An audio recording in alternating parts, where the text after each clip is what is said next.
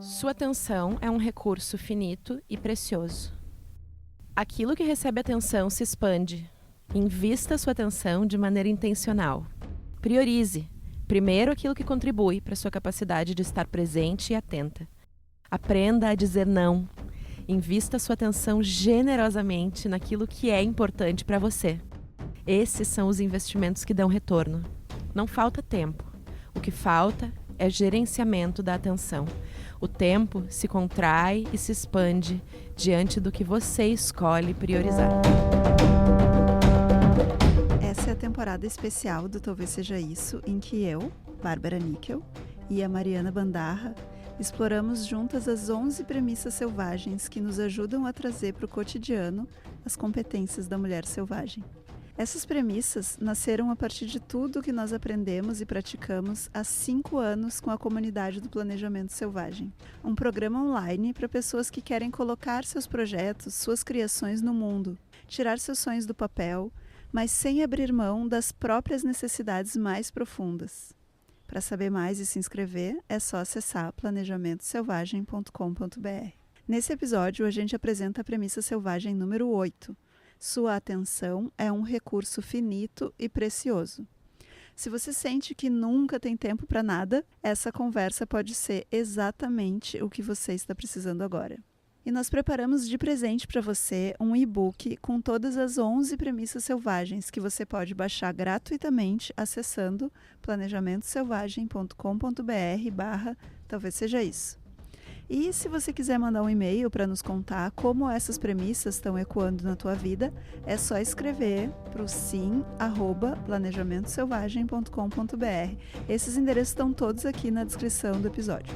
A gente se sente muito honradas por você estar aqui nesse exato instante, compartilhando com a gente esse recurso preciosíssimo que é a sua atenção.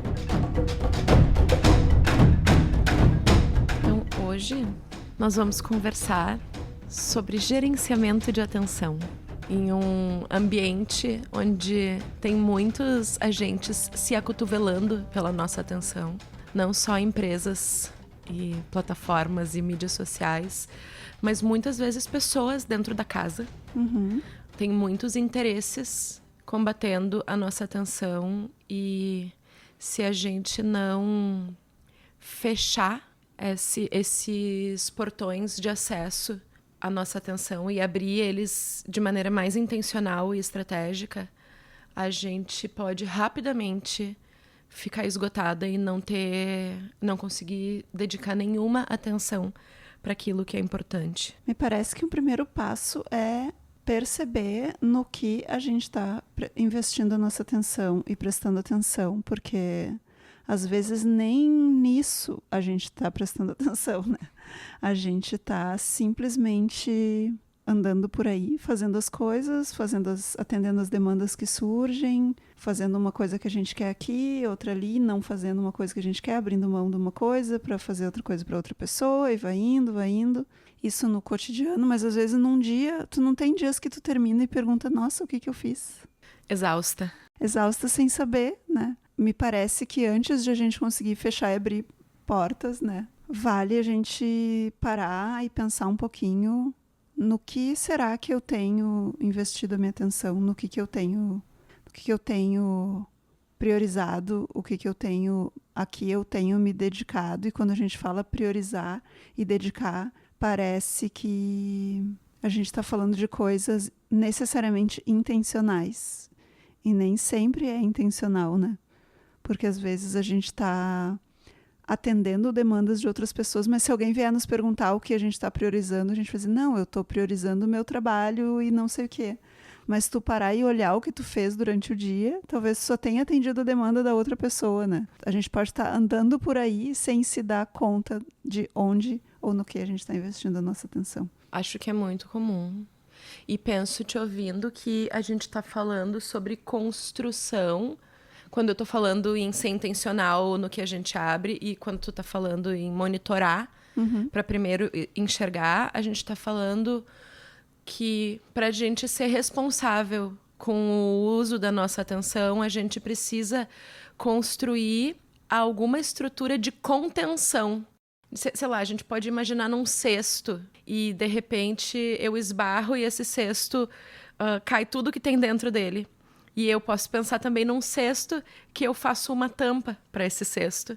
E a partir do momento em que existe cesto, existe atenção, existe o cuidado com o cesto, eu consigo daí controlar melhor o que entra e o que sai. Mas a atenção como recurso é a base do que a gente está falando. A gente está falando que vai ter milhões de coisas acontecendo a qualquer instante que a gente não controla, mas a gente controla no que é que a nossa atenção vai ir. Mas é muito difícil, eu só quero Muito reforçar difícil. que é muito, muito, muito difícil, porque realmente o mundo está contra o nosso desejo de autonomia sobre a nossa atenção. O mundo está querendo capturar a nossa atenção para as coisas que interessam ao mundo, e isso não está acontecendo só comigo, nem só contigo que está ouvindo, nem só com a Mari, está acontecendo coletivamente com a gente. Então, a gente fala que a atenção é um recurso finito e precioso, e a gente talvez precise dizer para ti que está nos ouvindo que a tua atenção, a tua mesmo, é um recurso finito e precioso. Então,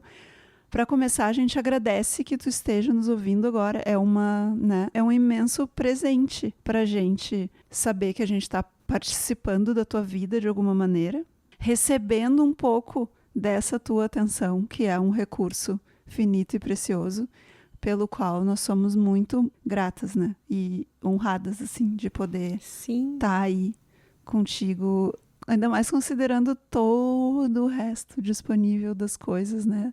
Tu escolheu estar nos ouvindo. Sim. Eu acho que isso que tu tá falando, Bárbara, me vem, sabe o quê?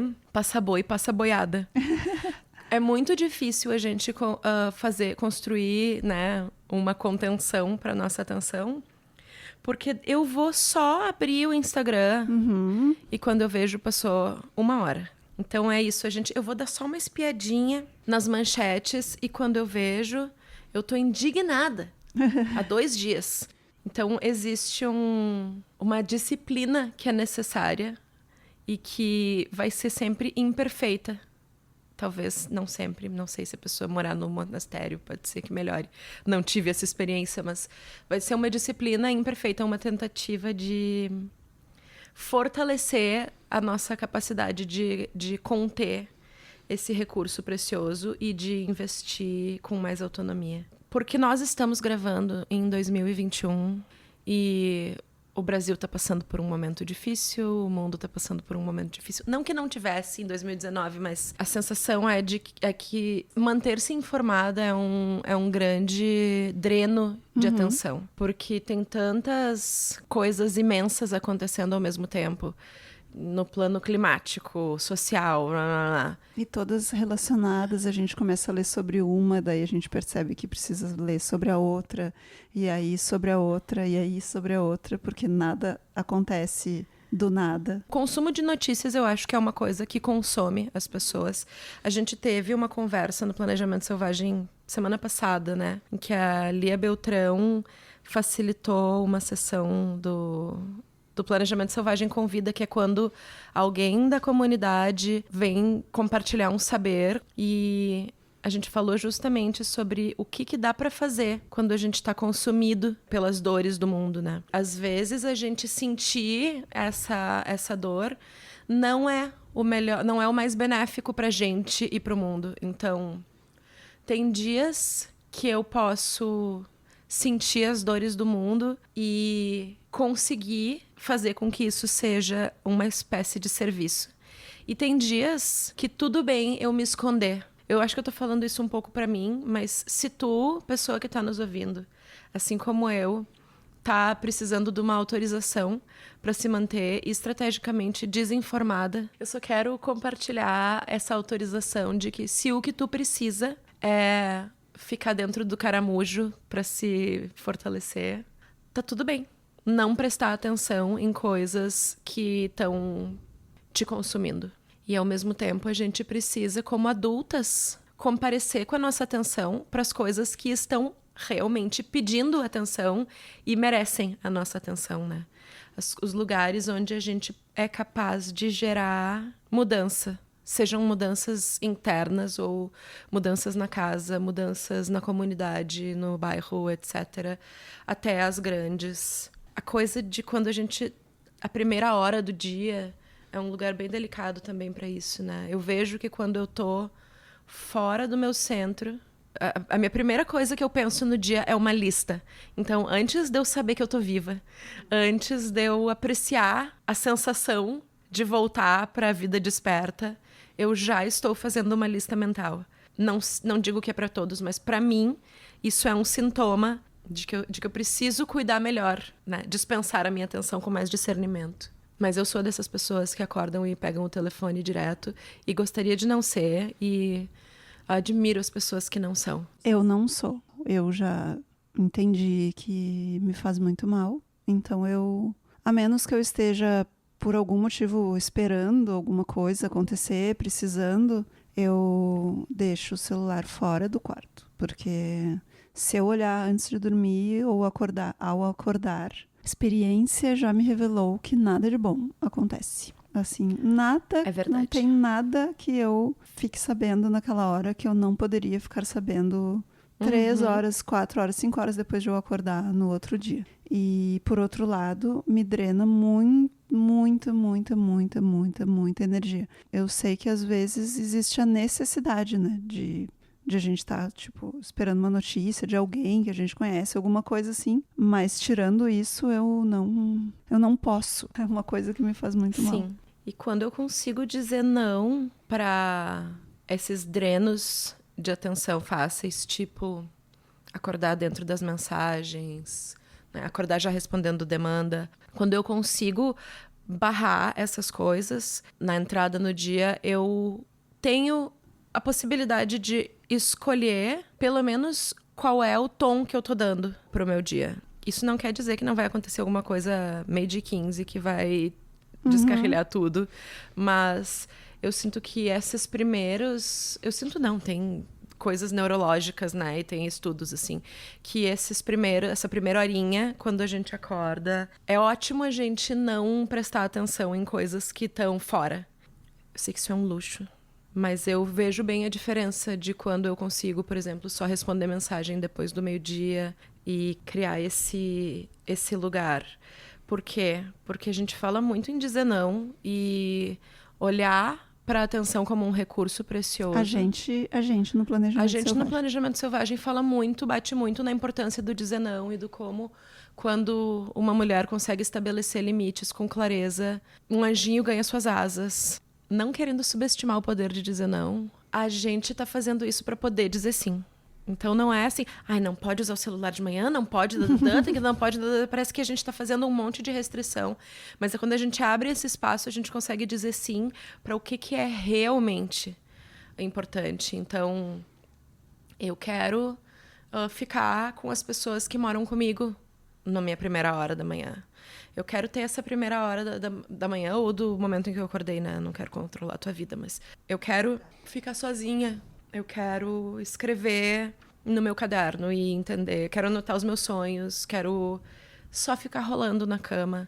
Quais são as coisas para as quais eu estou dizendo sim quando eu digo não? Porque essas são as coisas que recebem atenção. São as coisas que crescem.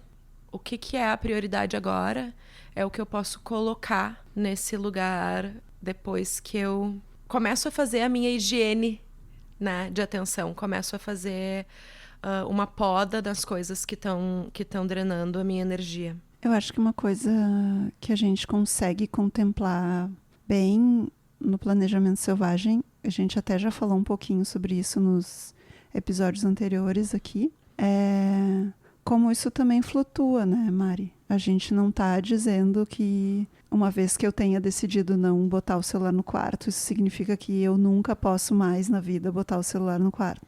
A gente também falou mais de uma vez, né, da necessidade de vou parar, respirar, pensar do que eu preciso agora. O que é importante para mim. Como é que eu tô? Agora. Como é que eu tô agora. Até porque a gente não precisa estar a serviço de qualquer coisa o tempo todo, né? Seja o que for. Eu acho que que esse momento dos check-ins mensais, assim, do planejamento selvagem, nos ajudam a fazer esse olhar intencional para, né, o próximo ciclo, no que eu quero colocar minha atenção, e olhar para trás no ciclo anterior, no que eu consegui colocar minha atenção. E eu demorei muito para conseguir lidar bem com o momento em que eu descubro que eu não coloquei atenção na coisa que eu tinha dito que eu queria colocar atenção. Por exemplo, eu gostaria de meditar todos os dias de manhã, ou tomar não sei quantos litros de água todos os dias, ou parar para respirar não sei quantas certas atividades que eu gostaria de fazer, e daí passam 4 semanas e eu só consegui meditar 3 dias, e demorou muito para isso não ser uma coisa frustrante, né, do tipo, eu tô monitorando, não tô fazendo, disse que eu queria, e daí não tô fazendo. Que fracasso que eu sou. Mas depois de um tempo, quando a gente consegue começar a lidar isso só como uma informação, né? Do tipo, é só para tu saber o que aconteceu, como foi, o que tu conseguiu. Até pensar, nossa, esse mês foi muito difícil, aconteceram essas e essas coisas. E, nossa, eu consegui meditar 3 dias mesmo que isso tudo tenha acontecido, Sim. né? Eu acho que esse processo de... num período que não é nem muito longo, nem muito pequeno, né? Que a gente faz a cada 4 semanas. É um bom intervalo, né? Pra gente ver o que aconteceu. Se não, chega lá em dezembro, e daí que a gente vai olhar o ano todo e a gente pensa, mas eu não queria meditar esse ano. O que eu fiz esse ano que eu não meditei nada? E mais uma coisa sobre o planejamento que eu acho que a gente consegue comunicar de uma maneira eficiente, espero que sim, é que a gente está fazendo planejamento selvagem vai ser o 5º ano agora. E ao longo de todo esse tempo, a gente fez muitas coisas, a gente descobriu muitas coisas, né? A gente fez várias sessões de planejamento selvagem com vida, que é essa que a Mari falou agora, que no ciclo passado a Lia Beltrão participou, e a gente já fez planejamento selvagem com... sessão em que a gente dançou juntas, ou bordou juntas, ou fez pão, ou falou de negócios, ou falou de dinheiro. A gente já falou de várias coisas, de propósito, de um monte de coisa com as pessoas da comunidade, e a gente tem os check-ins todos que já foram feitos, e a gente tem os módulos, e eu acho que o que a gente consegue, ou tenta dizer, né, é articular cada vez melhor, é que quem entra no planejamento selvagem é que sabe no que precisa colocar a sua atenção, que não precisa fazer todas as coisas que a gente está propondo todos os meses, todos os ciclos, para ter a sensação de que, eu estou aproveitando uma coisa em que eu me inscrevi, né? Porque a gente tem muita sensação de dívida com as coisas que a gente se inscreve. Eu tenho. Nossa, totalmente. É maravilhoso poder oferecer coisas e saber que a gente não cobra das pessoas que elas participem. Às vezes a gente tem sessões maravilhosas onde tinha 10, 11 pessoas. 4 pessoas. Já teve, 100 pessoas. E às vezes a gente tem momentos incríveis que tá mais de 100 pessoas. É uma mudança de chave. A gente não olhar para tudo que a gente não fez e conseguir olhar para o que a gente fez. E era isso que eu tava engajada no que tu falou sobre o check-in, que é quando a gente monitora, a gente, o que eu falei que eu queria? Tá, faz 3 meses que eu falei que eu queria isso, e isso aqui não aconteceu. E eu posso olhar para, olha aqui, isso aqui não aconteceu, né? O monitoramento vira uma ferramenta para eu me sentir inadequada. E, na prática, teve coisas que aconteceram e que não estavam previstas, né? Essa é a fuga de energia que a gente está buscando identificar com o monitoramento. Tem uma professora que... Eu gosto das coisas dela, Gabrielle Bernstein. Ela fala... As pessoas dizem que não tem tempo para meditar, mas se tu tem tempo para te sentir um lixo, tu tem tempo para meditar, né? Eu gosto muito desse gancho, porque isso, a gente... eu não tô tendo tempo para fazer a coisa que eu disse que era importante para mim. Talvez seja porque eu estou colocando a minha atenção em outras coisas que são importantes. Mas às vezes é porque a minha atenção tá indo toda pra ver o que eu não fiz, fortalecer pensamentos e estruturas que estão ativamente indo contra os meus interesses. E a gente se monitorar pode ser muito doloroso no começo.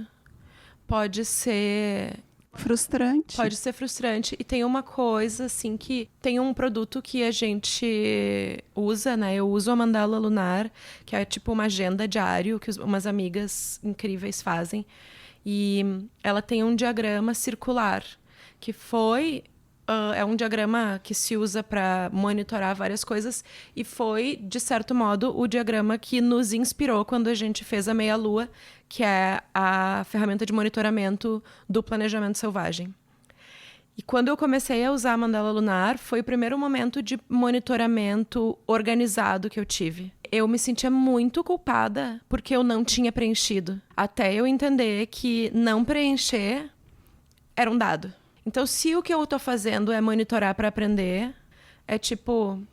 nesse dia, eu não consegui nem abrir o livro para monitorar as coisas. Esse é o quanto eu não tive condições de me dar... de me dispensar atenção. Então, olhar para o que tá ali e não para o que tá faltando não é uma coisa... não é o mesmo que pintar tudo de rosa e fingir que tá tudo ótimo. É ajudar o nosso cérebro a olhar para o que realmente está na nossa frente versus reforçar as mensagens da cultura, da corrente dominante da cultura, que estão convencendo a gente de que a gente deveria estar fazendo mais, sendo mais eficientes, mais produtivas. A atenção é limitada, é preciosa, e a partir desse entendimento, eu olho para onde ela está indo e vejo o quanta atenção eu tenho. Mesmo que eu esteja investindo ela em me sentir um lixo no momento, olha que monte de atenção eu botei em me sentir um lixo. Então eu posso colocar em outro lugar. Eu não sei se isso serve de consolo, mas para mim é um reenquadre útil, assim. Sim, eu demorei muito para entender o que tu tá falando, desde a primeira vez que tu me falou. Eu acho que levou um ano, eu acho, pra eu entender o que tu tava querendo dizer. Não era o entender, mas era ter a experiência, assim, Sim. né? De conseguir ter a mandala lunar, usar a mandala lunar, não usar a mandala lunar, ficar brava porque eu não tô usando na mandala lunar, ficar frustrada, ficar pensando, olha essa lindeza que é a mandala lunar. É um trabalho magnífico, espetacular, lindo, precioso também, que a gente ama e eu não tô usando. E foi muito difícil parar de me odiar. Daí uma hora eu pensei, de me odiar por não estar usando a mandala lunar. Daí uma hora eu pensei, acho que não era isso que elas estavam querendo quando elas fizeram a mandala lunar. Acho que elas ficariam muito chateadas se elas soubessem que essa coisa linda está provocando essa sensação em mim. Daí eu me lembrei do que tu falou. Daí eu pensei, talvez... acho que eu entendi o que a Mari quis dizer. Faz um mês inteiro que eu não abro a mandala lunar. Isso é uma informação. O que aconteceu esse mês? Por que eu não consegui abrir? Né? Mas demorou muito. Eu não sou automaticamente uma pessoa que ama monitoramento, mas eu aprendi que... Ou que ama coisas que tem que fazer todo dia. Mas eu aprendi com o nosso trabalho, com o planejamento selvagem também, né? Com a prática. O valor que tem tu te observar todos os dias uma semana inteira. Tu te observar todos os dias 2 semanas. E só eu tô olhando, eu estou comparecendo e é o check-in. Como é que eu tô? O que eu tô precisando? Isso rolou? Isso não rolou? Porque sem a gente saber onde a gente tá, é muito difícil a gente se posicionar para ir na direção que a gente quer. Tem um jeito de olhar para a relação com as coisas que estão recebendo a nossa atenção e que estão na nossa pauta, na nossa agenda, que é a gente se olhar como executadoras de uma lista. Executadoras, eu inventei, tá? A gente vai conversar sobre isso no próximo episódio, quando a gente falar sobre a lista interminável de tarefas. Mas existe essa tendência da gente se enxergar como alguém que tem que bater as metas do dia ali, terminar as tarefas. E a tendência é que o dia acaba antes da gente vencer a lista e a gente pensa, perdi. Fui derrotada pelo dia. Eu não sei se você que está ouvindo já teve essa experiência de chegar até o fim do dia e a sua lista não ter sido completa. Eu já tive. Só para checar, porque vai que alguém, né, tá ouvindo. Se alguém que tá ouvindo Só faz listas perfeitamente execuíveis. conta pra gente, por favor. Escreve pra gente nos contando como você faz. E quando a gente se olha através da lista, a gente se vê de um jeito linear. Começou, tô no meio, não terminei. E uma ferramenta de reenquadre dessa relação que a gente usa no planejamento selvagem e que eu sinto que tem muito valor é a gente se enxergar no centro de um círculo. Todas as coisas que recebem a minha atenção moram dentro desse círculo. Todas as coisas que estão além da minha capacidade de oferecer atenção não entram no círculo. Então, a gente tem, de novo, esse cesto, né? Essa imagem de contenção. E no mundo da correria, não tem tempo pra nada, a gente não tá no centro, a gente tá lá fora, correndo em volta desse círculo. E quando a gente corre em volta, a gente tá exausta sempre. E às vezes a gente não consegue nem dar uma volta inteira. Mas quando a gente tá no centro e posiciona as coisas que vão receber a nossa atenção ao nosso redor, mais perto o que eu mais estou precisando, mais longe o que vai, né, me exigir um pouco mais de energia. Quando eu consigo estar no centro, eu dou uma voltinha ao redor do meu próprio eixo e consigo ver tudo. Então, ao invés de eu estar correndo para dar a volta lá fora, eu estou dentro e as coisas estão organizadas ao meu redor. É assim, se tu fizer uma rodinha, um círculo e um pontinho no meio... Desenha, pode desenhar. Esse é o desenho que a gente está olhando. O pontinho no meio é eu olhando para as coisas que recebem a minha atenção e o círculo em volta é a minha vida. Tudo que cabe aqui, tudo que é importante para mim cabe aqui. A gente trabalha com essa imagem de um jeito mais prático, mas eu quis trazer ela porque eu acho que é a grande diferença entre eu como ponto de vista e o meu olhar decidindo o que é importante, né? A minha atenção como sendo usada como algo que tem força, versus a minha atenção estando a serviço e tentando dar conta de todo o possível, mas sempre insuficiente, né? Eu acho que a gente reconhecer a atenção como finita permite que a gente feche esse círculo e aí a gente pode se posicionar, pelo menos na direção do centro. Porque também eu acho que pode soar muito individualista dizer eu estou no centro da minha vida e talvez alguém pense, nossa, o meu bebê está no centro da sua vida, da minha vida. E se tu tem um bebê, provavelmente ele está bem próximo desse centro, né? A Júlia, que trabalha com a gente, que é a nossa coordenadora de operações, falava sobre isso, assim, olha, se eu tenho um bebê, tem coisas que eu não posso simplesmente dizer eu estou no centro, né? E, ao mesmo tempo, as minhas necessidades precisam estar supridas para eu poder comparecer, mas, às vezes, tem uma pessoa no hospital e isso vai estar no centro da minha roda, vai estar no centro da minha atenção. E tudo bem eu voluntariamente sair. A gente cria essas estruturas para poder adaptar elas, para que elas sejam sob medida, não para a minha vida como um todo, mas para esse momento. Como é que eu tô? O que eu tô precisando? Nos ouvindo falar sobre as premissas, tô com a sensação que a gente tá falando muito sobre andar pela vida sabendo que a gente não pode decidir tudo o que acontece, a gente não pode decidir as circunstâncias em que a gente vive, né, na maior parte do tempo, onde a gente nasceu, as circunstâncias que a gente nasceu, circunstâncias em que a gente cresceu, mas a gente pode muitas vezes decidir para onde a gente olha. Assim, a gente pode muitas vezes, talvez até nem sempre, mas em muitas vezes a gente pode decidir o que a gente vai fazer com a nossa atenção, se a gente souber que isso é possível, porque se a gente não sabe que isso é possível, também a gente não faz. E isso está me soando como a ideia de que a gente pode estar um pouquinho mais consciente das nossas escolhas e das escolhas que são possíveis dentro das nossas circunstâncias, assim. Que circunstâncias são possíveis da gente criar, considerando o mundo e as outras pessoas e o que a gente precisa atender e o que a gente decide atender. O monitorar, o decidir, olhar pra gente, pro que eu tô precisando agora, me soa muito como quase assim, vamos andar acordada, sabe? Vamos andar despertas, assim, vamos andar acordada. Porque pra mim isso, assim, às vezes passa o dia, eu não sei o que eu fiz, é como se eu tivesse dormido o dia todo, sabe? O que eu fiz?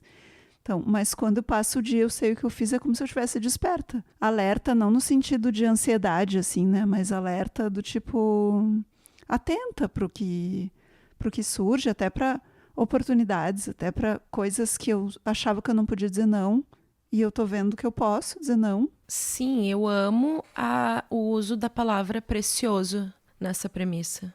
Porque se eu imaginar que a minha atenção é um recurso precioso, eu tenho a oportunidade de me deparar com uma coisa que está pedindo a minha atenção e tomar uma decisão de valor.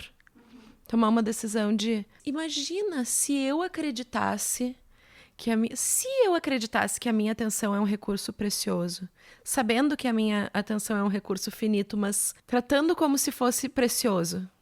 Às vezes a gente está muito acostumadas a distribuir como se não fosse, né? Então, quando eu reconheço, se eu fosse tratar isso como algo muito precioso, eu colocaria nisso. Naturalizar a preciosidade da atenção pode ser bem alienígena, porque a gente está vivendo no fluxo das coisas e de improviso, né? Então, pode ser uma coisa tão prosaica quanto... decidi, eu vou responder essa mensagem agora. Chegou uma mensagem, mas a minha atenção é finita e preciosa. Eu não vou olhar para isso agora. E a gente começar a tirar coisas do caminho do olhar para conseguir realmente ver o horizonte e ver na direção do que eu tô me movendo. Porque é claro que a gente vai tomar ações que não nos levam diretamente para os nossos sonhos. Mas a gente saber para onde a gente está navegando, para não ir no lado oposto, é possível. É possível, só requer esse despertar, né? Só requer a gente fazer o check-in. Opa, onde é que eu tô? O que eu tô fazendo? Como é que eu tô? O que eu tô precisando? Ah, tô aqui. Tem um corpo. A gente pode fazer isso agora. A gente pode respirar, colocar uma ou duas mãos no seu próprio corpo, se for seguro para ti. Tá? Se não estiver dirigindo. Se tu estiver dirigindo, só sente as duas mãos no volante. Não precisa fechar os olhos e só respirar. Como é que eu tô? O que eu tô precisando? Conta pra gente. Como é que tu tá? O que tu tá precisando? O que anda recebendo a tua atenção? Quais são as histórias que essa premissa evoca na tua vida? Tá sendo útil essa série pra ti? Qual foi a premissa? Dedicar tua atenção a essa série. E tá totalmente liberada pra não continuar nos acompanhando. Sim. Se a resposta for não. Qual foi a premissa até agora que mais mexeu contigo? Qual delas é a que tu sente que mais vai te beneficiar? Falando nisso, Mari, eu queria que a gente retomasse. Porque a gente já está na 8ª premissa e pode ser que não estejam quentinhas na cabeça as premissas que a gente falou até agora. Ótimo. A próxima vai ser a seguinte premissa. Uma lista interminável de coisas para fazer é uma tática infalível para aprisionar uma mulher. Essa é a premissa número 9. Mas vamos lembrar. A primeira premissa selvagem foi: você é responsável por criar aquilo que você quer que exista. A segunda é: você não precisa fazer tudo sozinha. A terceira é: sua produtividade não determina o seu valor. A quarta é: sem gentileza, cuidado e prazer, o sucesso é uma força destrutiva. A quinta é: trabalhe lentamente. Descansar é parte do trabalho. A premissa 6 é: não há foco sem distração, continue voltando. Bem relacionada a essa 8ª que a gente falou nesse episódio. Sim, a 7. É só dar um passo e ele te prepara para o próximo. A 8ª é a que a gente está falando agora, né? Sua atenção é um recurso finito e precioso. Semana que vem a gente vai conversar sobre uma lista interminável de coisas para fazer, uma tática infalível para aprisionar uma mulher. A 10ª é a alegria é revolucionária. Eu amo. E a 11ª e última é quando a gente aprende a fluir com os ritmos da vida, planejar é um ato criativo.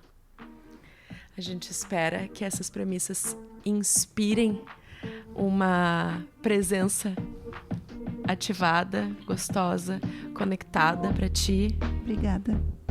Então a gente se encontra de novo semana que vem.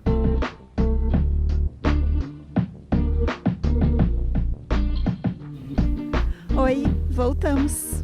A gente quer te lembrar de escrever pra gente contando como essa premissa ecoa aí na tua vida. Escreve pra gente, o e-mail é sim@planejamentoselvagem.com.br. E no próximo episódio, a nossa conversa vai ser sobre a premissa selvagem 9. Uma lista interminável de coisas para fazer é uma tática infalível para aprisionar uma mulher. Saiba que nós estamos as duas aqui torcendo por você. Não importa em que etapa você está desse caminho rumo a uma vida mais selvagem. E se tu quiser passar o ano inteiro em comunidade com a gente, eu quero avisar que o Planejamento Selvagem está de portas abertas para novas inscritas até o fim de março. Para se inscrever, é só visitar o nosso site planejamentoselvagem.com.br e escolher o valor que cabe no teu bolso agora. Com ferramentas simples, conversas transformadoras e uma comunidade vibrante, o Planejamento Selvagem te ajuda a trilhar os teus caminhos sem desviar daquilo que é realmente importante, honrando o teu ritmo, honrando o tempo das coisas e as tuas necessidades mais profundas.